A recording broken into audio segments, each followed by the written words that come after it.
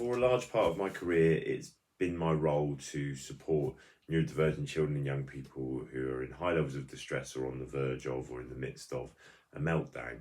And I've learned lots of things over the years. I think for me, in those situations, because it's never a pleasant experience to see a young person or a neurodivergent young person in that place of extreme distress, and also often for you it places a risk on yourself, particularly if you're the parent of that child. You know, your emotional connection is going to be so huge that your emotional responses are going to be big as well. But even as a professional, you know, that plays a role. So for me, it was always really important to have, I guess, mantras or guides or models or things I could have in my head during those situations so I could best support that person and maybe try and de-escalate. So I came up with these kind of de-escalation phases.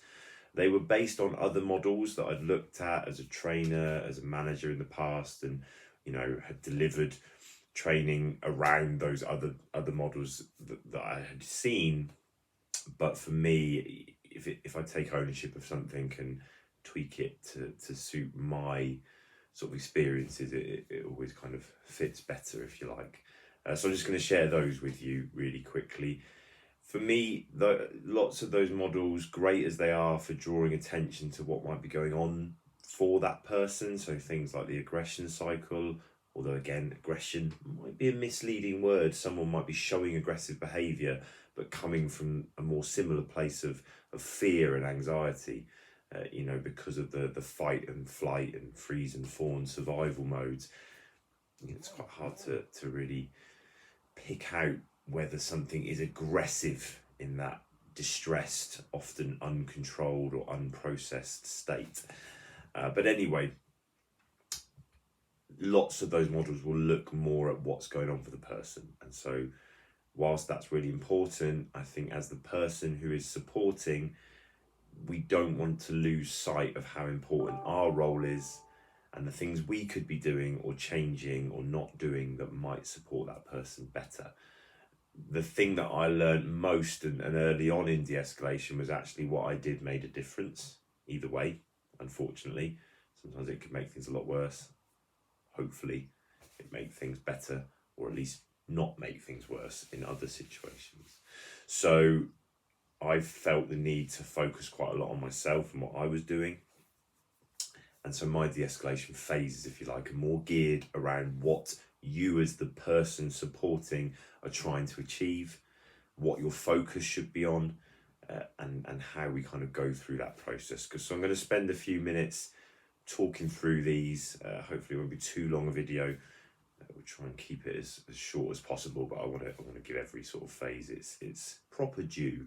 So the first one is safety. And the idea is, in this phase, when things are unsafe, really the only thing we can be focused on is trying to make them safe or keeping them as safe as possible. So we might be focused on removing ourselves from the situation, removing others, clearing space, removing certain risks or objects in the area. We might, in an extreme situation, hopefully if we've had the proper training or if we have parental responsibility, we might look at removing the person or at least moving them away from a risk. Again, you have to, in those situations, consider that other risks come into play and you have to balance them off. So, you know, that's another conversation for another time, perhaps. But at this point, we're just focused on safety and doing what we can. If I'm in that situation and I think the person's levels of distress are not so high that there's absolutely no chance they can process what I'm saying, or if at least it doesn't escalate them further when I do, I might be scripting out loud what I'm doing to make it safe and why, just to give them that option to understand anything I might be doing that might be distressing to them further. But equally, if the sound of my voice or me talking is adding to their processing difficulty, making things worse, I might not do that, and I might not have time to do that. Equally, if I'm not confident that I can say those things in a calm, supportive way, I might not go for it at that point either. So So I might not script at that point either. If I thought I was going to be saying, it's okay, I'm just doing this to keep everyone safe, you know, that's not going to reassure the person, and therefore it's probably not valuable at that point. Once that safety is there, once we've achieved that, even if, you know, just for a brief period of time, my next goal is really about reduction. So I'm trying to remind myself less is more. That's a mantra I literally say to myself in my head, obviously in my head, because otherwise I'd be adding communication. But, you know, these de-escalation phases are based on the idea that someone in extreme distress or in a meltdown is, you know, using the lower parts, the survival parts of their brain more, their amygdala, their limbic system. They are in that fight, flight, freeze, fawn position. Processing information is difficult, and, you know, that is based on lots of accounts of neurodivergent people in those situations. Lots of requests from neurodivergent children and young people I've worked with to don't talk to me, don't ask questions, you know, those kind of things that I've learned over the years, either through listening to neurodivergent people or supporting children and young people. More recently realising I am a neurodivergent person myself, but again, there'll be another video for that another time. And that tangent in itself might explain a bit, but there you go. So we're in that reduction phase. For me, that's quite hard work. I'm an over communicator. I move my hands quite a lot. I can be quite distracting or add processing difficulty to the person. So I'm trying to regulate myself and reduce my heart rate, my movement. It's just all about reduction. For me personally. Other people might find it easier to be still, but I still think in that phase we're talking about less is more. Now, I might be offering the odd communicative statement just to see if there's a chance for connection at this point. They're usually things like, I'd like to help if I can, I'm here if you need me, I hope we can get through this okay, I'd like to support you, you know, things about my intention,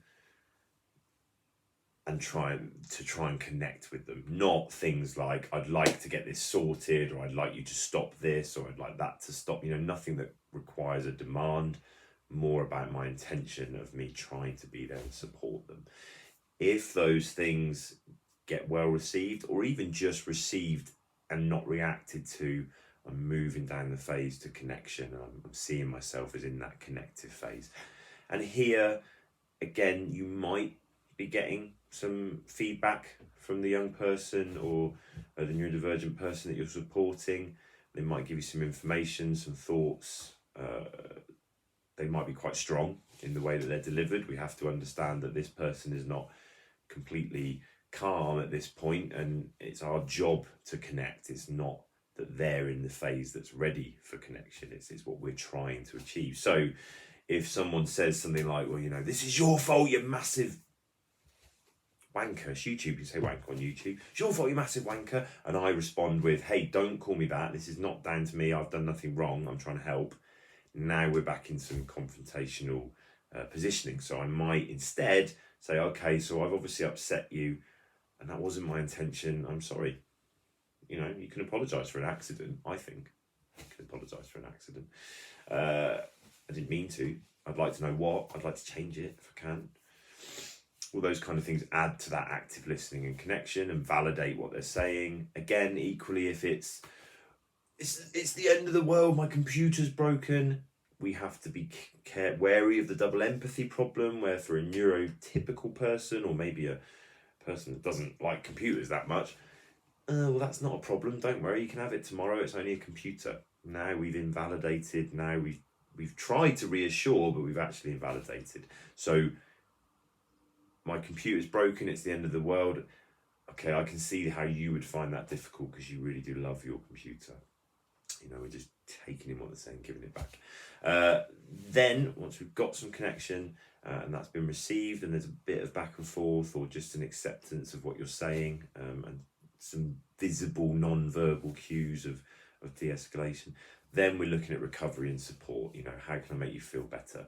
This is where you might suggest things like regulation tools, sensory regulation that you know helps the person or might help the person, change of environment, even something like food or drink or something sugary if it's been a really big long sort of process, because again these phases are not, oh, you do this, you do that, you do this, you do that. You might sit in the safety phase, moving back to reduction, back to safety, back to reduction, until you get some connection, you know, over a period of time. And you know, unfortunately, I'm here giving you a video. I should probably have said this at the start.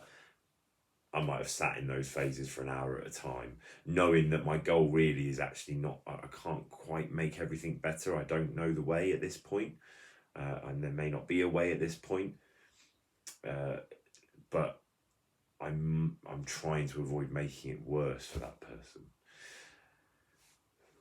So recovery and support could depend on the level of distress and the length you've been in that sort of situation, that meltdown, if you like, or that they've been in that meltdown.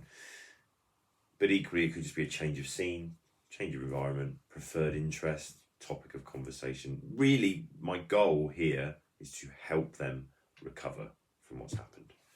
I can look at what's happened and avoiding it in the future and all the planning stuff once they've fully recovered. Once there's a sign that they have recovered, then I can move on to planning and learning. Now, planning and learning, again, we have to remember that is for me. For me as the person trying to offer the best support, or the parent trying to offer the best support, there's got to be some planning and learning from this de-escalation. Although I do appreciate it's hard if it's lots and lots and lots throughout the day, and then that's what maybe when you sit down and have a think collectively at each situation. Not collectively at each, that wouldn't make sense, but you know what I mean. You might look at a whole group of, or a whole day if you like. But there is sometimes a difficulty, and I hear this a lot from staff and parents, that, you know, they don't want to, the person doesn't want to talk about it after the meltdown. Now there's two ways to look at it. It could be the way that we're approaching that conversation. That could maybe be changed, maybe less directly, maybe when there's a third focus or an interest or something we can do together whilst having the conversation, whilst not looking at each other, whilst being side by side. That can all be helpful. Car journeys, lots of parents, without my input, sort of tell me how wonderful the car journey is for those sort of conversations that don't go so well when it's direct. And I think for me, that's that kind of side by side other focus that's quite passive, doesn't take all their cognitive energy, so they can still have the conversation. In an ideal world, if we can plan and learn with that person that's recovered, and if we can go away from it with a plan of how we're going to avoid it happening again, what could we do differently next time, what could I as the support person do differently next time, then fantastic. If we can't, that's okay. If they're not able to deal with that emotionally for whatever reason, if, you know, I remember a long time ago, we used to, when I was working in a youth service years ago, we'd quite often have those unfortunate distresses around the home time transition, and that wouldn't leave much time for planning and learning with the young person. And that was quite hard to let them go home. My single goal there was that they felt recovered and supported, and they knew that I still wanted to work with them, had a reason for anything I'd done that they didn't like. So again, if it had unfortunately involved some safety measures that involved restricting their movement for a limited amount of time in the safest way possible, for the shortest amount of time possible, fully written up, fully trained as a staff member, by the way, and we'd still see that as a failing in our behaviour support plan, so we'd change it. But anyway, another video for another time. So that would be quite hard, but then the way we would get around that is by, as a staff team, getting down and making sure we had that planning and learning stage. For a parent, equally, just like all of this, really, a million times harder to do. But I would advise that you try and do it, because that's the sort of information gathering, the planning and learning phase, even if it's just for yourself, or, you know, with both parents, if there's two of you there, or even as a family. That's the bit that can avoid it happening in the first place next time, possibly. And of course, that's the important bit, really. So those are my phases, the de-escalation phases. Again, They're things I'm trying to achieve in my head. So we've done safety. Okay, stay reduced. Try a bit of connection. That didn't go well. Back to reduction. Might even be back to safety. Bit of connection. Received slightly better. Can I offer some recovery and support? Yes, they've accepted that. That might take an hour in itself. We've had some recovery and support. I know from experience that I can't mention the planning and learning until then. Mention the planning and learning. Oh no, that's not, they've refused that. They've walked away. They're not escalated again, but they're okay, but they just don't want to talk about it. I can either put that planning and learning phase later with the young person, but at that point must go in and just take a couple of things away.